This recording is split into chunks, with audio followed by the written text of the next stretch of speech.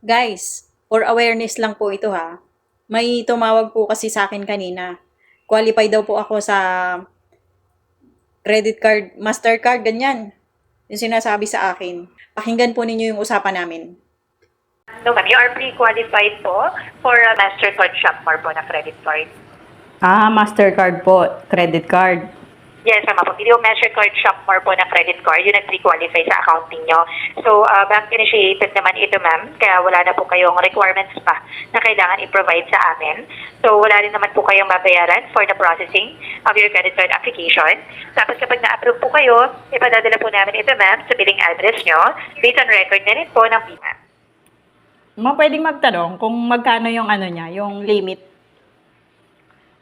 Sorry, ma'am, credit limit. For the credit limit natin, ma'am, this is bank-initiated kasi and for processing pa rin po. So, malalaman lang kasi natin, ma'am, yung credit limit once approved na po yung card application natin.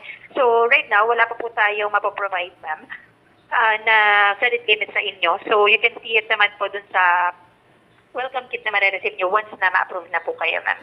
Oh. May isa pa po akong tanong. Ano ba to? Tawag dito. May annual fee po ba yung, yung credit card? Annual fee po. Annual fee. To answer your question, ma'am, yes. But ang maganda naman, ma'am, since the card points new to your account, automatically, wini-waive naman na namin yung unang taon na annual fee niyo, ma'am, for you to explore and experience yung mga benefits and privileges po ng credit card ninyo. Tapos for the succeeding years, nothing to worry about naman din po kasi waivable naman din, ma'am, yung annual fee natin. So you just need po to request ito sa ating customer service for the annual waiver for approval naman po. Ma'am, ganito na lang po. Tawag na lang po kayo sa mga susunod na araw kasi hindi pa po ako makapag-decide ngayon eh. Okay lang po ba?